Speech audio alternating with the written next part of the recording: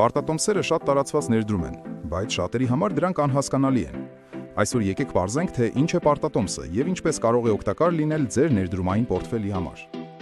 Պարտատոմսը ամենապարզ ձևով ասած վարկն է։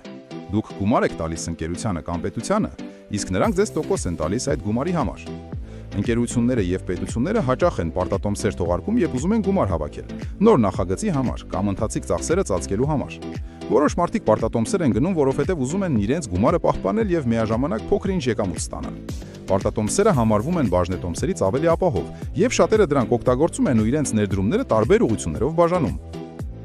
Եկեք նայենք մի օրինակի։ Պատկերացնենք, որ Fairview քաղաքը ուզում է նոր ստադիոն կառուցել։ Դրա համար որոշում է պարտատոմսեր հանել։ Ամեն պարտատոմս $1000 է, որը քաղաքը խոստանում է վերադարձնել 10 տարուց։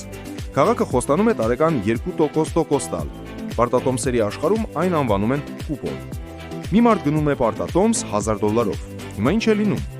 Ամեն տարի Fairview քաղաքը նրան տալիս է $20։ Սա շարունակվում է ամբողջ 10 տարին։